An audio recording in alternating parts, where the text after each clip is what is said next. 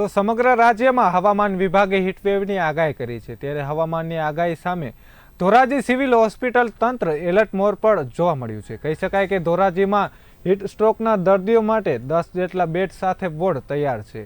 તો હીટવેવને લઈ medical officer અને નર્સિંગ સ્ટાફને પણ 24 કલાક સ્ટેન્ડ બાય રાખવામાં આવ્યા છે। ત્યારે હાલ ધોરાજી સિવિલ હોસ્પિટલમાં સામાન્ય રોગના દર્દીઓની સંખ્યા વધી છે, ત્યાં જ તાવ અને વાયરલ ઇન્ફેક્શનના દર્દીઓમાં પણ વધારો અને બાળકોની ઓપીડીમાં પણ આશંકિત વધારો થયો છે।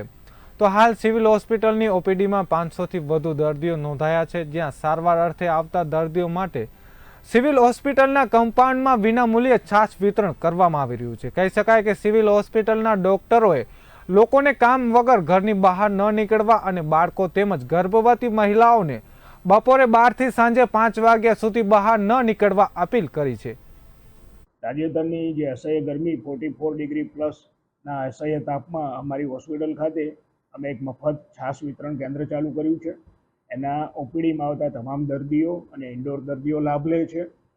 વધુમાં અમારી હોસ્પિટલ ખાતે ઓપીડીમાં અમે ઓઆરએસ કોર્નર અને ઓઆરએસ અમારી પાસે તમામ માત્રામાં ઉપલબ્ધ છે। એવા કોઈ ગંભીર પ્રકારના હીટ સ્ટ્રોક કે એવા કોઈ દર્દી હજુ સુધી અમારી હોસ્પિટલમાં નોંધાયેલ નથી।